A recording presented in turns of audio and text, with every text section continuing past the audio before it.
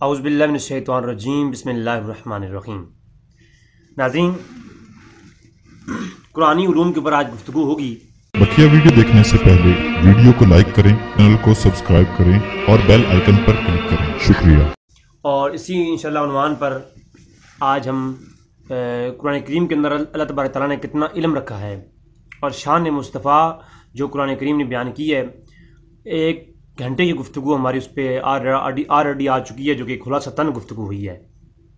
وقت ملا اور زندگی نے ساتھ دیا تو ان ناگہانی جو ہے دور کے اندر اگر زندگی نے ساتھ دیا تو انشاءاللہ اس پہ مزید بھی کام کرنے کی ضرورت ہے اور انشاءاللہ کریں گے۔ آج قرآن کریم کے علوم کے متعلق گفتگو ہوگی۔ اللہ تبارک تعالیٰ نے اپنی اس کتاب اور اس کلام کو کس شان کے ساتھ نازل فرمایا۔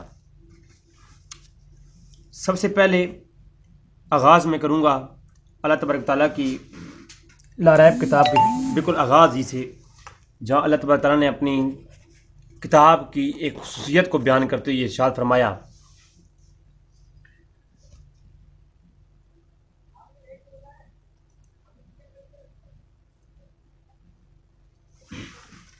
رب کریم نے اعلان فرمایا شروع میں ہی،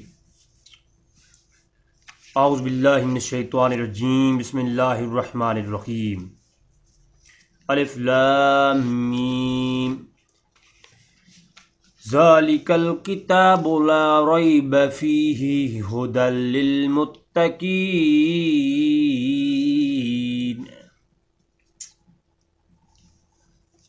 ذالک الکتاب لا ریب فیہ ھدی للمتقین۔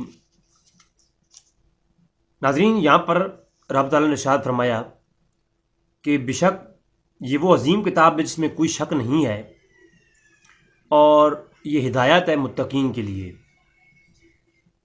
اس پہ مختلف علماء کی گفتگو ہوتی ہیں، میں تھوڑا سا اشارتاً یہاں گفتگو کروں گا تاکہ ہمارے آنے والا جو لیکچر ہے وہ آپ کی سمجھ میں آ سکے۔ قرآن کریم کے اندر کسی طرح کا شک ممکن نہیں ہے۔ اگر قرآن کریم کے اندر تمام خشک و تر کے علم نہ مانے جائیں تو پھر یہ سوال پیدا ہوتا ہے، پھر اس کے اندر کوئی شک کر سکتا ہے کہ فلاں چیز کا علم قرآن میں نہیں ہے، لہٰذا اس حوالے سے ہمیں قرآن پر شک ہے۔ جب کسی چیز میں کسی جہت سے بھی کوئی نقص پایا جائے تو اس کے اندر شکوک و شبہات پیدا ہو جاتے ہیں۔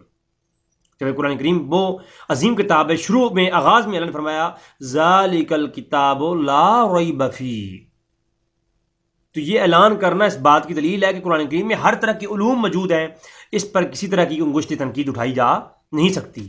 اگر کوئی ایک نقص بھی، ایک طرح کا علم بھی اس قرآن میں نہ ہوتا تو پھر کسی قسم کے اور کئی قسم کے اعتراضات قرآن کریم پر کیے جاتے اغیار کی طرف سے۔ تو لہٰذا قرآن کے شروع میں ہی یہ بیان اللہ کا فرمانا، اور اس بیان کے اندر اگر اتنی جامعیت اور وسعت ہے، اب آپ غور کریں، لا ریب فیہ، یہ لا نفی جنس کا ہے اور ریب اس کا اسم ہے، اور فیہ جار مجرور، بلکہ میں تو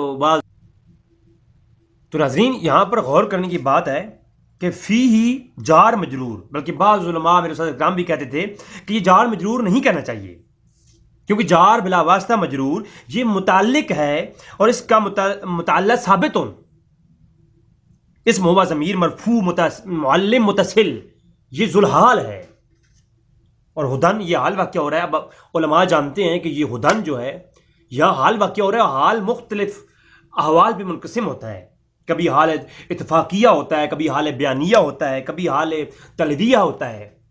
تو اب اس گفتگو میں جانا نہیں چاہتا، میری آلریڈی اور یا اللہ کی شان میں اس اوپر گفتگو موجود ہے۔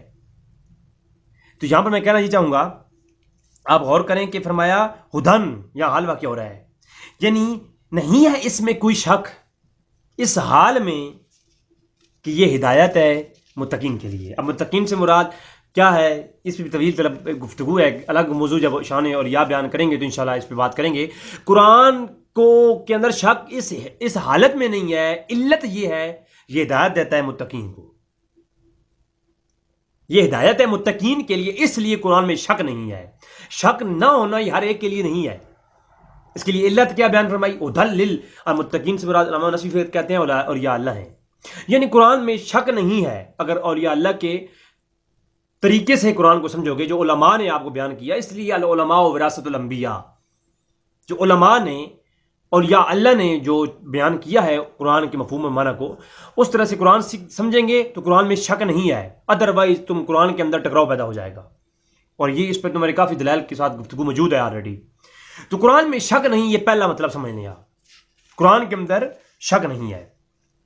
علامہ راغب اصفہانی آپ المفردات کے اندر کہتے ہیں، بڑا کمال کی بات کہی کہ آپ کہتے ہیں کہ اللہ تعالیٰ کی یہ کتابوں میں سے نازل کردہ یہ جو کتاب ہے، ھذا الکتاب قرآن من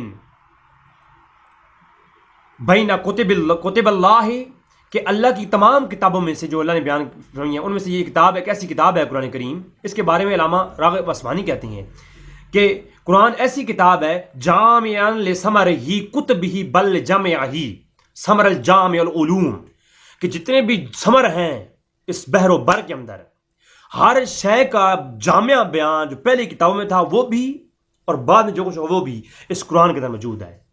اس پر اگر علماء کی میں تحریریں پیش کروں تو کافی طویل ہو جائے گی. میں نے علامہ راغب اصفہانی کا یہ پہلا قول آپ کے سامنے پیش کر دیا، جو سمجھنے کے لیے کافی ہے کہ اس کتاب کے اندر کتنی جامعیت اور وسعت ہے.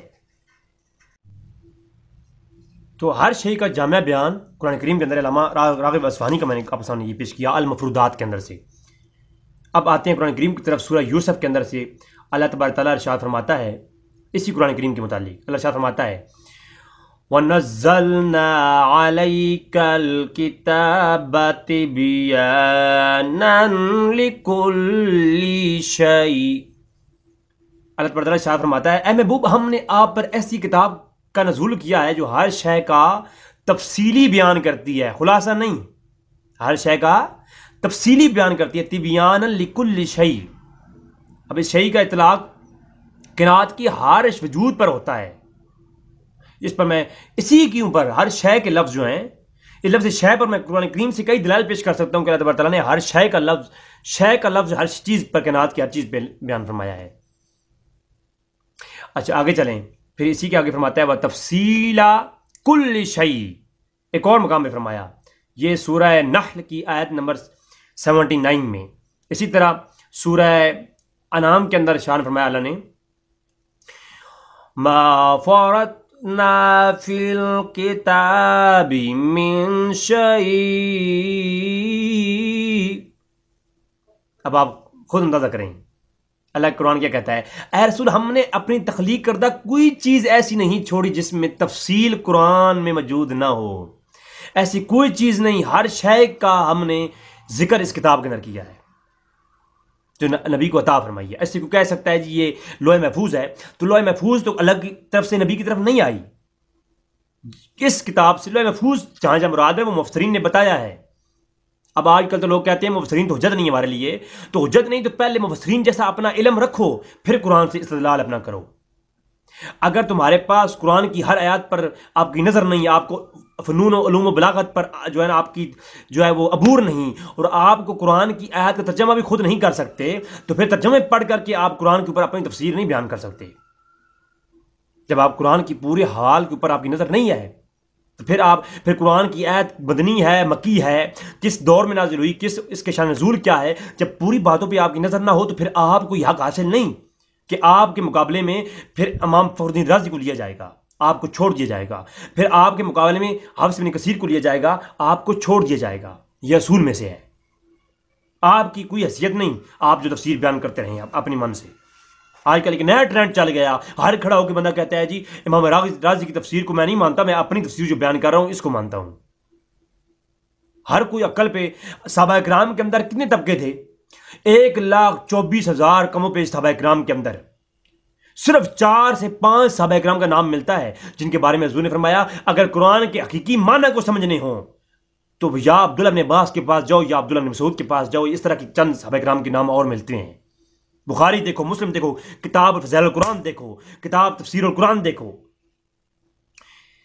صحابہ کرام جو حضور سے ڈائریکٹ قرآن سننے والے ہیں، ان کے سامنے قرآن نازل ہوا، عربی زبان ان کی اپنی ہے، وہ عربی جاننے والے، عرب کے اندر رہنے والے، حضور کے سامنے قرآن سننے والے اور ان کے سامنے قرآن کا نزول ہوتا ہے، کس شان پر کون سی آیت کس تنازع میں نازل ہو رہی ہے، یہ سب جاننے کے باوجود بھی سارے قرآن پہ عبور حاصل نہیں کرتے اور نہ ہی خود قرآن پہ کوئی فیصلہ جاری کرتے ہیں۔ حضور نے فرمایا میرے پیارے صحابہ، قرآن کے اوپر کی معنی سمجھ نہیں ہو تو یہ صحابہ کرام ہیں، اپنا احتیاط نہ کرتے رہنا۔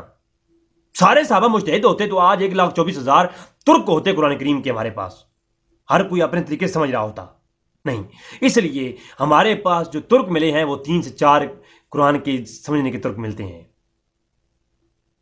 اگر ہر کوئی اپنی تفسیر کرنے بیٹھ جائے تو کائنات کے اندر تو ہر بندہ اپنی ٹرینڈ لے کر، اپنی جماعت لے کے نکلے۔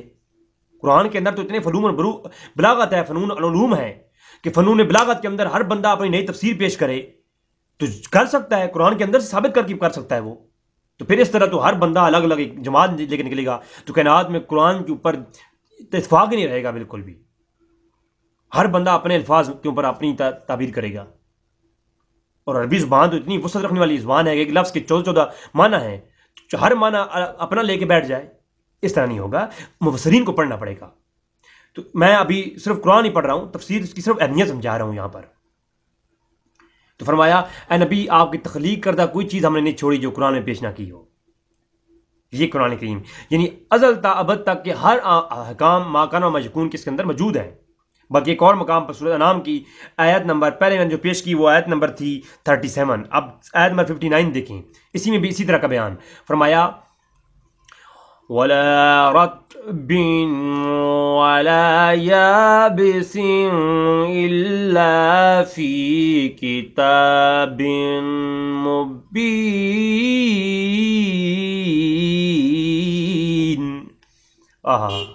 قرآن کا مقام فرمایا اس کائنات میں کوئی خشک و تر نہیں، ولا یابسن ولا رطبن ولا یابسن، نہ کوئی خشک نہ بحر و بر کی کوئی چیز ایسی نہیں جس کا بیان اس کلام پاک کے اندر موجود نہ ہو جو آپ کی طرف آیا ہے۔ کتاب مبین، روشن کتاب ہے یہ۔ اب کتاب مبین قرآن کریم میں کیا کیا کتاب مبین کے بارے میں فرمایا کہ قد جاءکم من اللہ نور وکتاب مبین۔ تو فرمایا کہ کتاب مبین کے اندر جو ہے کیا ہے کہ تمہاری طرف قد جاءکم من اللہ نور، ایک تمہاری طرف اللہ کی طرف سے نور آیا، وہ کتاب مبین ایک روشن کتاب آئی۔ تو اگر وہ لوح محفوظ مراد کیا جائے کتاب مبین سے تو نبیاء کرام صلی اللہ علیہ وسلم، نبی کریم صلی اللہ علیہ وسلم کی طرف اللہ کی طرف سے لوح محفوظ نہیں آئی بلکہ کیا آیا؟ کتاب مبین آئی۔ اور میں یہ بھی ثابت کر سکتا ہوں کہ لوح محفوظ کا علم بھی اللہ تبارک و تعالیٰ نے نبی کو ارشاد عطا فرمایا، اور لوح محفوظ کا علم قرآن کے اندر بھی ہے۔ اس پر محققین کی آراء میں پیش کر سکتا ہوں لیکن میرا آج وہ موضوع نہیں ہے۔ تو فرمایا کہ ہر چیز کا علم کتاب مبین میں ہے، اور کتاب مبین کیا ہے؟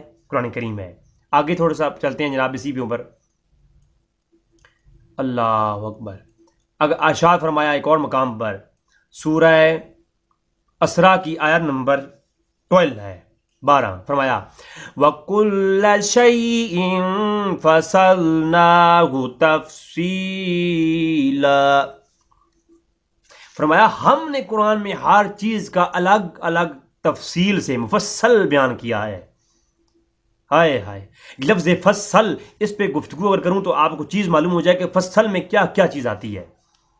فرمایا ہر چیز کا مفصل بیان فرمایا سورہ اسراء کی آیت نمبر 12 میں اندر۔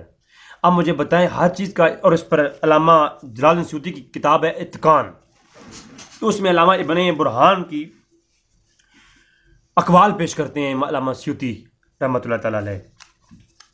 علامہ جلال الدین سیوطی وہ حضوری والی ہستی ہیں جن کی تفسیر جلالین آج ہر مدارس کے اندر پڑھائی جاتی ہے، اور ان کے بارے میں انور شاہ کاشمیری جو بندی فیض الباری شرح بخاری کی پہلی جلد صفحہ 102 پہ لکھتا ہے، یہ وہ حضوری والی ہستی ہیں جن کو جاگتے ہوئے حضور کا 70 سے زیادہ مرتبہ دیدار ہوا ہے۔ میں کومنٹ سے نہیں کروں گا، صرف اتنا بتا رہا ہوں جاگتے ہوئے، میں نے نہیں لکھا، دیوبند کے علماء نے لکھا ہے جی۔ تو جناب یہ شان ہے کس کی؟ امام سیوطی کی۔ وہ اپنی کتاب اتقان کے اندر لکھتے ہیں ما من شیء فہو فی القرآن او فیہ اصلہ۔ یہ کس نے ابن برہان کا قول ہے کہ آج کوئی ایسی شے نہیں جس کا ذکر اس کی اصل قرآن سے ثابت نہ ہو۔ ابن برہان کی بھی ایک کتاب اتقان کے نام سے ملتی ہے، اور انہی اقوال کو کاپی کر کے اپنی اتقان سیوطی لکھتا رہا ہے رحمۃ اللہ تعالی علیہ، آپ لکھتے رہے ہیں امام جلال الدین سیوطی رحمۃ اللہ تعالی علیہ۔ تو آگے سے فرمایا، اسی موقع پر امام سیوطی فرماتے ہیں کہ ما من شیء الا یمکن استخرجہ فی القرآن لمن فہمہ اللہ، کہ اللہ تبارک تعالیٰ کی طرف سے اس قرآن کریم میں ہر چیز کا علم ہے، علوم اور معرفت ہیں، اور ہر چیز پر موجود رب الجلال کی طرف سے خصوصی فہم کے ساتھ یہ اللہ نے عطا فرمائی ہے یہ کتاب۔ تو یہ امام سیوطی نے اس پر مزید وہ تفصیلات کی گفتگو پر یہ گفتگو کی ہے۔ پھر عبداللہ بن عباس جو حضور کی جلیل القدر صحابی ہیں، جن کے بارے میں نبی کریم صلی اللہ علیہ وسلم نے خود فرمایا، جبریل امین نے خوشخبری دی کہ انہ کائن حبر هذه الامہ، ہائے ہائے ہائے، حبر الامہ ہے جو اس امت کے اندر، حضرت عبداللہ بن عباس کہ امت کے اندر سب سے بڑے عالم ہیں۔ اس امت کے سب سے بڑے عالم کون؟ عبداللہ بن عباس۔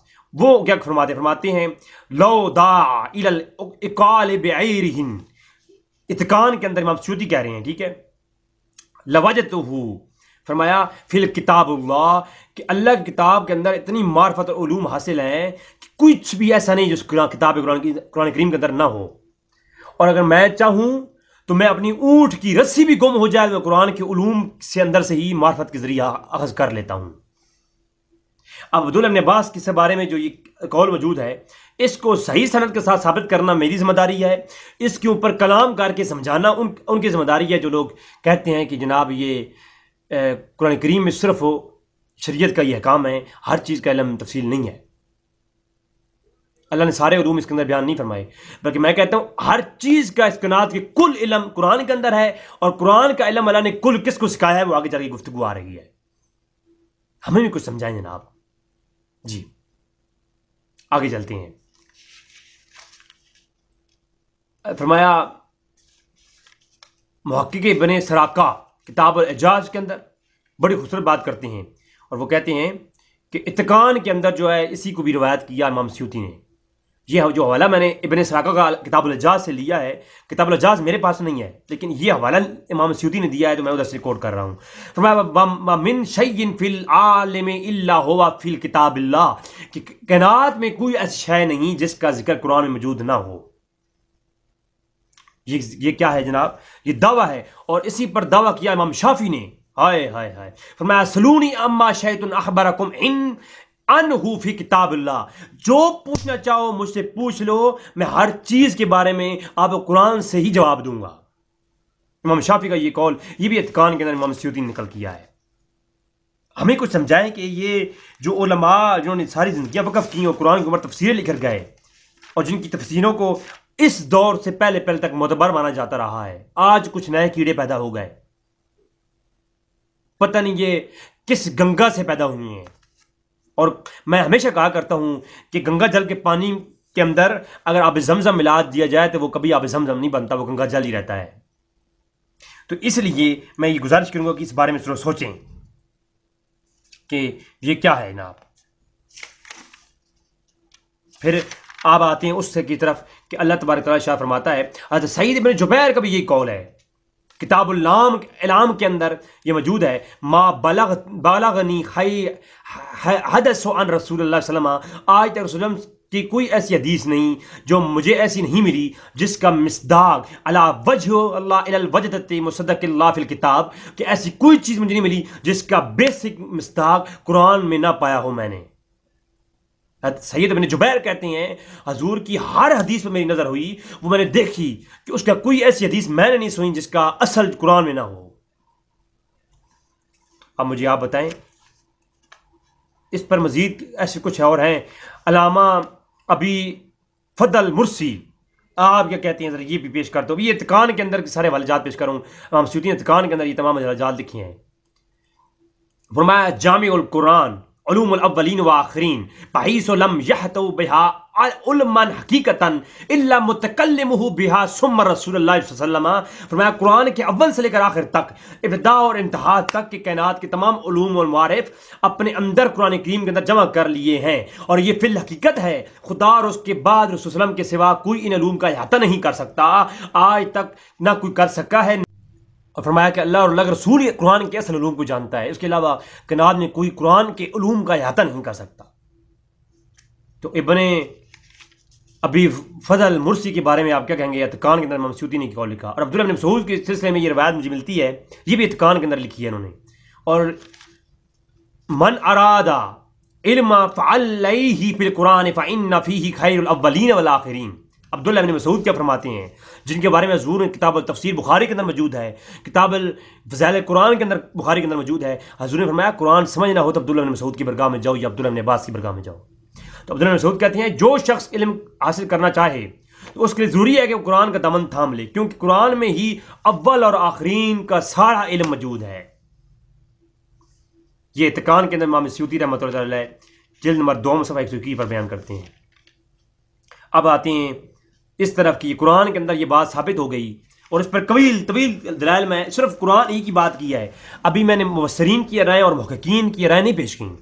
اس پر اس طرف جاؤ تو 1 گھنٹے سے اوپر کی دلائل پیش کر سکتا ہوں گفتگو میں کہ تمام علوم اللہ نے قرآن کریم میں ارشاد فرمایا، تمام اہل سنت کا اس میں اجماع ہے، قرآن میں موجود ہیں تمام علوم. اب آتے ہیں قرآن کریم کے طرف کہ قرآن کا علم جب سب سے پہلی آیت نازل ہوئی، اعوذ باللہ من الشیطان الرجیم بسم اللہ الرحمن الرحیم، اقرأ بسم ربک الذی خلق خلق الانسان من علق اقرأ وربک الاکرم الذی علم بالقلم علم الانسان ما لم یعلم. اللہ اکبر. اللہ نے شاہ فرمایا سورہ علق کے اندر کہ الذی خلق الانسان من علق، انسان کو کیا کیا؟ علق سے پیدا کیا، اور فرمایا پڑھیے اپنے رب کے نام سے. اب یہ تعلیم کے متعلق، علم کے متعلق جو پہلی یہ قرآن کی آیت نازل ہوئی، اس میں علم الانسان، اور انسان کو علم سکھایا ما لم یعلم، جو تو وہ پہلے نہیں جانتا تھا. اب ایک تو اس کا عموم ہے، ایک خصوص ہے.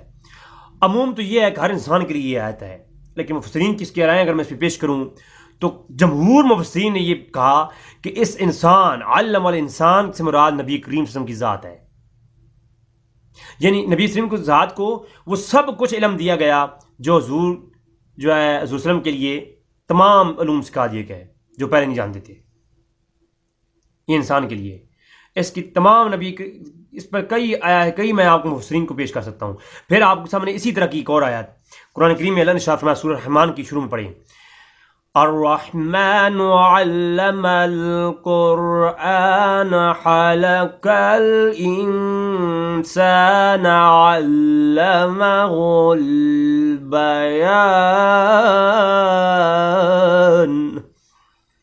فرمایا الرحمن علم القرآن، یہ وہ جس نے قرآن کا علم سکھایا. اچھا، قرآن کی تعلیم دی اپنے محبوب کریم صلی اللہ علیہ وسلم کو. خالق الانسان، انسان کو پیدا کیا. اب انسان کو پیدا کیا، اس انسان سے مراد کیا ہے؟ لباب فی علوم القرآن تفسیر کا نام علامہ العادل دمشقی رحمۃ اللہ علیہ، آپ فرماتے ہیں اس انسان سے مراد، خالق الانسان سے مراد نبی کریم صلی اللہ علیہ وسلم کی ذات ہے، اور علم القرآن جس کو قرآن سکھایا وہ بھی نبی کریم صلی اللہ علیہ وسلم کی ذات ہے، اور علمہ البیان اس سے مراد ما کان و ما یکون کا سارا علم ہے. اس پہ تمام مفسرین کی یہ رائے ہیں جناب. جمہور مفسرین نے یہ کہا. امام خازن کہتے ہیں الرحمن علم القرآن، یعنی اللہ تبارک تعالیٰ نے، یعنی رحمان نے جس کو قرآن کی تعلیم دی وہ محمد رسول کی ذات ہے جس کو تعلیم دی. امام خازن کی یہ تفسیر ہے. اور اسی نہیں آیات کے آگے کہتے ہیں کہ کہا گیا ہے کہ انسان سے مراد نبی کریم صلی اللہ علیہ وسلم کی ذات ہے، اور بیان سے مراد جو کچھ ہو چکا، جو ہوگا وہ سب کچھ ہے. تو پہلے امام خازن ہیں جن پہ یہ جو شرک کے فتوے کی زد میں آتے ہیں. دوسرے امام بغوی وہ فرماتے ہیں، امام بغوی رحمۃ اللہ تعالی علیہ فرماتے ہیں المعامل التنزیل کے اندر، کہتے ہیں وقال ابن کیسان خالق الانسان یعنی محمد رسول اللہ وعلمہ البیان یعنی بیان ما کان و ما یکون. ہائے ہائے ہائے، حضور تمام اولین اور آخرین کا علم رکھتے ہیں، اور یہاں پر یہ نہیں فرمایا میں ان الاولین والآخرین یوم الدین، اور قیامت کا بھی علم رکھتے ہیں۔ اب یہ قرآن کی تفسیریں کی ہیں، جہاں وہ آیات کریمہ ہیں کہ نبی قیامت کا علم کوئی نہیں رکھتا، ادھر جائیں تو ان ائمہ کو پڑھیں، ان ائمہ نے کیا گفتگو کی ہے وہاں پر۔ اب دوسرا امام بغوی وہ گئے مشرک ہو گئے ان کے فتوے کے مطابق جو مجھ پہ آئے۔ تو اب آگے چلتے ہیں، امام ساوی تفسیر ساوی آپ اٹھائیں، زاد المسیر آپ اٹھا لیں، اس کے اندر بھی موجود ہے۔ فرمایا وکیلا وہ محمد انسان، کہ انسان سے مراد مسلم ہے، الکامل المراد ہے، بہترین مراد یہ ہے، بیان علم المکان وما یکون وما ہوا قائن۔ فرمایا کہ اس سے مراد یہ ہے کہ نبی جو ہے انسان سے مراد نبی کریم کی ذات ہے، اور بیان سے مراد ہر اس واقعی کا علم ہے جو ہو چکا اور جو ہوگا، حتیٰ کہ وما ہوا قائن، قیامت کے قائم ہونے کا علم بھی۔ میں کچھ کہوں تو برا لگے شاہد، تو جناب تیسرے ایک مشرک جو ان کے شرک کے فتوے کی زد میں آئے وہ کون ہے؟ امام ساوی ہیں۔ امام ابن جوزی کو پڑھ لیتے ہیں جناب، عبد الرحمن ابن جوزی 579 جس نے بات ہے آپ کا جناب، آپ یہ کہتے ہیں جناب، آپ کہتے ہیں انہو محمد و علم البیان ما کان و ما یکون، وقال ابن کسان، ابن کسان میں قول ہے کہ اس سے مراد جو ہو چکا جو ہوگا ما کان و ما یکون کا علم ہے، یہ بیان سے مراد۔ الساوی جلالین کے اندر امام ساوی کا قول بھی میں نے پیش کر دیا، اور زاد اور سعید کے اندر بھی قول بھی۔ علامہ قرطبی کا کہتے ہیں، ذریعے دیکھ لیں، امام قرطبی جامع الاحکام الفی قرآن کے اندر فرماتے ہیں، ایک طویل گفتگو ہے، میں کہتا ہوں ان ابن عباس، ابن عباس سے ہے، وہ ابن کیسان سے بھی ہے یہی بات۔ انسان ہنا یرادہ بھی محمدہ، کہ انسان سے مراد یہاں پر محمد رسول اللہ ہے، والبیان، بیان سے مراد الحلال والحرام ہو، حلال اور حرام کا معنی، اور والہدا والدلال، ضلالت اور ہدایت ہے، وکیلا، اور کہا گیا وما کان وما یکون، علم ما کان وما یکون ہے، لان بین ان اولین والآخرین و یوم الدین، اولین کا علم اور آخرین کا علم ہے، ما کان وما یکون کا علم ہے، اور قیامت کا علم ہے۔ اور اسی کو میں نے آپ بتایا للبار فی علوم القرآن، علامہ عادل دمشقی رحمۃ اللہ علیہ، آپ نے بھی یہی تفسیر کی ہے، جو کہ بہت معتبر تفسیر مانی جاتی ہے۔ بھائی مجھے بتائیں کتنے مشرک ہو گئے؟ اب اگر مشرک کہنا شروع کر دیں، میں آپ سے کثیر کو پیش کرتا ہوں آگے چل کے، وہ بھی آئیں گے اسی کی بات۔ پھر آگے ایک اور آیت کریمہ اللہ نے ارشاد فرمایا ذالک انباء الغیب نوحی الیک، فرمایا اے محبوب یہ وہ علم غیب کی باتیں ہیں، یہ وہ غیب ہے۔ کہتے ہیں اللہ نے غیب تو دیا ہی نہیں ہے، لفظ غیب کا اطلاق منع ہے۔ اللہ فرماتا ہے نبی یہ غیب ہے جو ہم تمہاری طرف وحی کرتے ہیں۔ اب یہاں پر ایک سوال، بھائی جو نبی کے علم میں آ گیا اب وہ غیب نہ رہا، اب غیب نہیں کہنا چاہیے۔ میں نے کہا بھائی جو چیز علم میں مصطفیٰ میں آ گئی اب وہ ظاہر ہو گئی، اب وہ غیب نہیں رہی، تو اس لیے ہم یہ نہیں کہہ سکتے نبی غیب جانتے ہیں۔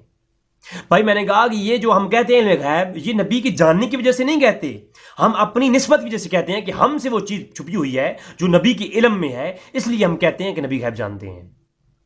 اگر آپ یہی پیمانہ رکھیں تو یہ غیب کہاں سے آیا؟ اللہ کی طرف سے۔ تو اللہ پہلے جانتا تھا نا، اللہ کے علم میں ہے نا، تو اللہ کے علم میں ہے تو یہ غیب نہ رہا۔ پھر یہ بھی نہیں کہنا چاہیے کہ اللہ غیب جانتا ہے، کیونکہ اللہ سے کوئی چیز پوشیدہ نہیں ہے۔ اگر اللہ سے چیز پوشیدہ ہوتی تو پھر ہم کہتے ہیں اللہ غیب جانتا ہے۔ تو اللہ کے علم میں سب کچھ ہے تو ہم کہتے ہیں اللہ غیب جانتا ہے۔ ہم اپنی نسبت کی وجہ سے کہتے ہیں اللہ وہ جانتا ہے جو ہم نہیں جانتے، اس لیے اللہ عالم الغیب ہے، اور نبی وہ جانتا ہے اللہ کی عطا سے جو ہم نہیں جانتے، اس لیے اللہ کی عطا سے نبی غیب جانتا ہے۔ اور اللہ خود فرماتا ہے نبی ہم تمہاری طرف یہ جو وحی کرتے ہیں یہ کیا ہے؟ یہ غیب کی باتیں ہیں۔ سورہ آل عمران کی آیت نمبر 44 ہے یہ۔ پھر اسی طرح دوسرے مقام سورۃ ہود کے اندر فرمایا تلک انباء الغیب نوحی الیک، کہ غیبی خبروں میں سے ہے یہ بیان جو آپ کی طرف ہم وحی کرتے ہیں۔ اب مجھے بتائیں کیا اس کے اوپر آپ کریں گے؟ بلکہ امام خازن کو پڑھ لیں اس پر بھی۔ آئے ہائے ہائے، نوح علیہ السلام کی اور ان کی قوم کا جو واقعہ ہے، امام خازن کہتے ہیں یہ کیا ہے؟ یہ اخبار الغیب میں سے ہے، جو انباء الغیب۔ اور اسی طرح باقی ائمہ کے بھی یہ آیت ہے۔ ایک اور آیت میں آپ کو پیش کرتا ہوں، ہائے ہائے ہائے، اس آیت کی گفتگو کے بعد میں گفتگو کلوز ہو جائے گی۔ سورہ النساء کی آیت میں 113 فرمایا وَعَلَّمَكَ مَا لَمْ تَكُنْ تَعْلَمْ وَكَانَ فَضْلُ اللَّهِ عَلَيْكَ عَظِيمًا، فرمایا اور ہم نے آپ پر، یہ پہلا حصہ ہے یہ وجہ اشتراک بیان فرمایا، وَعَلَّمَكَ مَا لَمْ تَكُنْ تَعْلَمْ، یہ وجہ اشتراک ہے، اور جو آپ نہیں جانتے وہ سب کچھ عطا فرما دیا۔ آگے پھر یہ جو ہے جو آپ نبی نہیں جانتے تھے، ایسے علم کئی تھے جو پہلے نبیوں کو بھی عطا کیے گئے۔ اگر صرف اتنی ہی آیت نازل ہوتی کہ وَعَلَّمَكَ مَا لَمْ تَكُنْ تَعْلَمْ، بس اتنی آیت نازل ہو جاتی، جیسے کہ پہلے فرمایا خالق الانسان علم الانسان یا ما لم یعلم، جو سورہ الگ کی آیت ہے، اسی طرح کی آیت یہ بھی ہے۔ تو اگر اسی طرح کی آیت یہ بھی نازل ہو جاتی تو کوئی یہ کہہ سکتا تھا کہ یہ تو عموم بیان ہے اور پہلے نبیوں کو بھی عطا ہوا ہے، حضور کی کیا خصوصیت ہے؟ تو پہلے نبیوں کو بیان ہوا، اور جہاں جہاں پہلے قرآن کے اندر یہ لفظ آئے تو وہاں اللہ نے یہ نہیں فرمایا کہ میرا فضل عظیم ہے۔ اگر یہ وہی علوم ہے، عام علوم ہے، تو اللہ اس کے اوپر یہ مہر نہ لگاتا، وجہ امتیاز ظاہر نہ کرتا کہ وَكَانَ فَضْلُ اللَّهِ عَلَيْكَ عَظِيمًا۔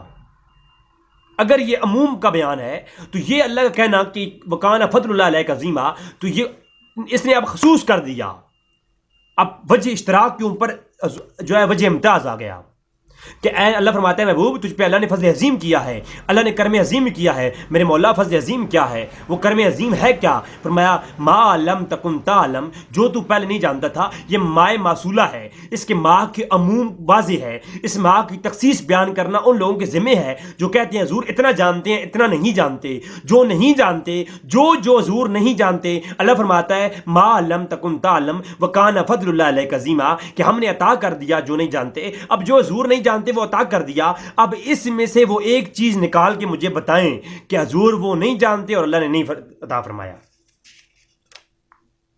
ما لم تکن تعلم وکان فضل اللہ علیک عظیما، اس میں اپنی علمی گفتگو کر سکتا ہوں علوم بلاغت کی روشنی میں، اور میں لیکن اس طرف نہیں جاتا، میں جاتا ہوں مفسرین کی ورگاہ میں، کیونکہ میری کوئی حیثیت نہیں، میں بندہ فقیر، میں کیا کہہ سکتا ہوں؟ علماء سے پوچھتے ہیں۔ اگر اس آیت کا ما کان و ما یکون کا علم اس آیت سے مراد لیا جائے تو جناب میں تو ہو جاؤں گا مشرک، ٹھیک ہے کوئی بات نہیں، دیکھتے ہیں کہ اس کی زد میں کون کون آتے ہیں۔ علامہ بیضاوی کہتے ہیں اس سے مراد وہ تمام خفیہ امور الدین ہیں کہ جو اللہ تبارک تعالیٰ نے احکامات اور امور دینیہ اور مخفیہ خفیوں غیبات کا علم، تین قسم کی چیزیں بیان کی، امور دینیہ، احکام اور خفیہ امور کا علم، یہ اللہ نے تعالیٰ فرمایا وَعَلَّمَكَ مَا لَمْ تَكُنْ کا سے یہ مراد ہے۔ علامہ اسماعیل حقی کہتے ہیں وَعَلَّمَكَ بِالْوَحْيِ بِالْغَيْبِ وَخُفْيَاتِ الْأُمُورِ مَا لَمْ تَكُنْ تَعْلَمْ ذَلِكَ إِلَى الْوَقْتِ التعلیم، کہ فرمایا اس ہر چیز کا حضور کو اللہ نے تعالیٰ فرمایا جو پوشیدہ باتوں کا علم جو حضور پہلے نہیں جانتے تھے، یعنی اس سے مراد عام علم نہیں ہے، یہ وہ علم ہے جو خفیہ ہے۔ اگر عام علم ہوتا تو پھر وکان فضل اللہ کہنے کا مفہوم نہیں سمجھ آتا، یہ کہنے کا معنی نہیں ظاہر ہوتا، یہ کیوں فرمایا؟ اب بعض لوگ کہتے ہیں یہ علم کا بیان ہے، عام علم شریعت کا بیان ہے نا، کہ اب آگے آ رہا ہے۔ علامہ بغوی کہتی ہیں ہائے ہائے، فرمایا اس سے مراد کیا ہے؟ من العلم الغیب۔ علامہ بغوی کی اس تفسیر کے اندر اسی آیت کی تحت دیکھیں۔ علامہ خازن کہتے ہیں کہ آئے ہائے، فرمایا اس سے مراد وَعَلَّمَكَ مَا لَمْ تَكُنْ تَعْلَمْ سے مراد ما کان و ما یکون کا علم ہے، اور منافقین کا علم ہے، اور لوگوں کے دلوں میں چھپے ہوئی یہ نفاق کا علم ہے۔ حضور کے دلوں کے حالات بھی حضور کو بتا دیے گئے۔ تفسیر جلالین دیکھیے، فرمایا اس سے مراد تمام احکام اور غیب کا علم ہے جو اللہ کی طرف سے عطا کیا گیا۔ اگر غیب کا علم عطائی طور پر حضور کے لیے ماننا شرک ہے تو امام احمد جلال سیوطی بھی گئے مشرک ہو گئے۔